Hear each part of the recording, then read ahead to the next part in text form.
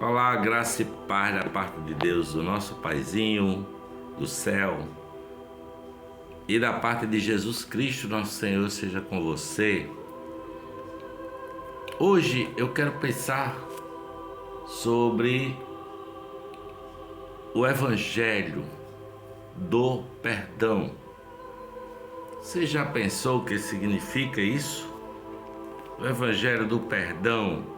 Porque muita gente lembra de Jesus na cruz do Calvário, muita gente diz assim, ele foi condenado porque afrontou a Roma, porque afrontou a liderança judaica lá dos religiosos, fariseus, e pronto, e é só.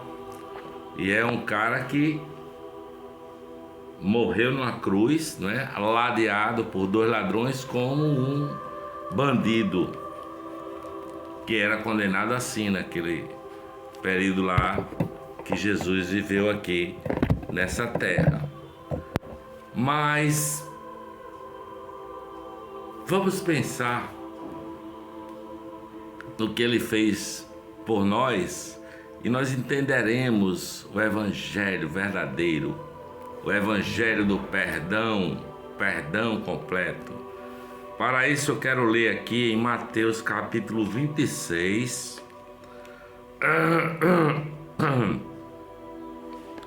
Mateus capítulo 26. Versículo 26 ao versículo 30. Diz assim, olha. Enquanto comiam, Jesus tomou o pão e, abençoando-o, partiu e deu aos seus discípulos e disse: Tomai e comei, isto é o meu corpo. E tomando o cálice e dando graças, deu-lhe dizendo: Bebei dele todos, porque isto é o meu sangue, o sangue do Novo Testamento, que é derramado por muitos para a remissão dos pecados. E digo-vos que desde agora não beberei deste fruto da vida até aquele dia em que eu beba de novo convosco no reino de meu Pai. Chama atenção para o versículo 28 diz: Porque isto é o meu sangue, o sangue do Novo Testamento, que é derramado por muitos para remissão dos pecados. Para a remissão dos pecados. Olha que Jesus estava ali comendo a Páscoa com os seus discípulos e estava prestes a ser traído por Judas Iscariotes, ser preso, ser morto. E ele fala essas coisas logo depois de avisar ao Judas Iscariotes que o que ele tinha que fazer ele fizesse rápido, não é? Mas me chama a atenção é que muitas igrejas no mundo celebram a ceia do Senhor, mas celebra a ceia do Senhor como memória de Jesus, como ele disse que devia ser, mas as pessoas têm essa memória da morte na cruz e muitas vezes nem param para pensar que o sangue foi derramado para perdão dos pecados, porque essa certeza nos dá um coração de fé, sabe? Nos dá um significado a respeito da cruz de nosso Senhor. O que estava acontecendo naquela cruz, aonde Jesus estava crucificado entre dois ladrões? Para que aquele espetáculo dantesco? Para perdão dos pecados. Era a entrega de Jesus de si mesmo. Paulo, escrevendo aos Romanos, diz assim, olha: porque Deus prova o seu amor para conosco, em que Cristo morreu por nós, sendo nós ainda pecadores, E Paulo, ainda escrevendo aos Coríntios, diz: porque Deus estava em Cristo reconciliando consigo o mundo, não lhes imputando ao mundo o seu pecado, não lhes imputando o seu pecado, não é? Mas aquele que não tem pecado, não teve pecado, Deus o fez pecado por nós. Nele, nós fomos feitos justiça de Deus, não é?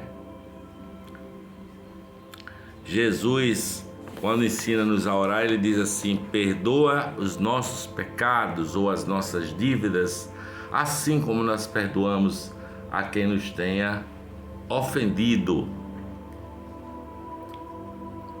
E ele diz mais: pois se perdoardes os pecados dos outros, os seus pecados também serão perdoados, mas se não perdoardes os pecados dos outros, seus pecados não serão perdoados. Na cruz, quando Jesus estava morrendo naquela cruz, ele, no ápice do seu sofrimento, diz: Pai, perdoa-lhes, porque eles não sabem o que fazem. Perdão é uma dívida de Deus. Perdão é uma dívida de Deus, uma dádiva de Deus, melhor dizendo. A dívida era nossa, mas Deus pagou a dívida. Portanto, é uma dádiva de Deus. Construam o seu mundo, o mundo baseado no perdão, sabe? Perdão para os pecados. Aí você vai ter uma vida saudável, uma vida plena, não é? Paulo diz assim, olha, chega a dizer assim: o bem que quero não faço, mas o mal que não quero, esse faço. Mas há perdão para os nossos pecados. Sabe? A palavra diz: se perdoarem os pecados de alguém, vocês também serão perdoados. Se vocês não perdoarem, vocês não serão perdoados. Perdoe os pecados de qualquer um que tenha lhe maltratado. Pecado é uma prática do mal que nos habita. Todos nós temos o mal dentro de nós. Ou é a cobiça, ou é a inveja. Muitos de nós têm uma luxúria que não cessa nunca, não é? Ou a raiva incontida, o egoísmo, o ódio, não é? O desejo de vingança. Tudo isso constitui-se em pecado. Desde o começo da humanidade que essas coisas acompanham o ser humano, sabe? Mas quando nós celebramos a ceia do Senhor, nós celebramos o perdão dos nossos pecados. Ele nos libertou de todos os nossos pecados, não é? Dos seus pecados, diz a palavra de Deus, e das suas prevaricações, não me lembrarei jamais, porque foi consumado, tetelestai, a dívida foi paga naquela cruz do Calvário, e isso é graça, é favor imerecido. Ele nos livrou do nosso passado, perdoando os nossos pecados e nos dando um futuro eterno, um futuro. Jesus Cristo, perdão para os nossos pecados todos os dias. Sabe por quê? Porque as misericórdias do Senhor se renovam a cada manhã. Por isso que Pedro pergunta a Jesus: Senhor, quantas vezes eu devo perdoar o meu irmão? 70, talvez até 7 vezes?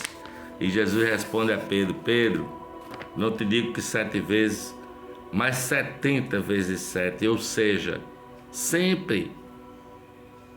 Pedro perguntou quantas vezes eu deveria perdoar. E Jesus diz: é sempre, cara. 70 vezes 7 significa infinitamente, sempre. E a ceia do Senhor, o participar do pão e do vinho, do corpo e do sangue, nos lembra da graça e do perdão de Deus na cruz do Calvário. Portanto, perdoe, liberte as pessoas e olhe para o seu futuro.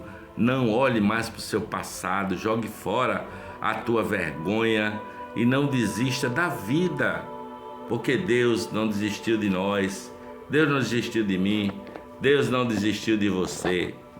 Há perdão para os nossos pecados, há vida eterna nos aguardando na eternidade,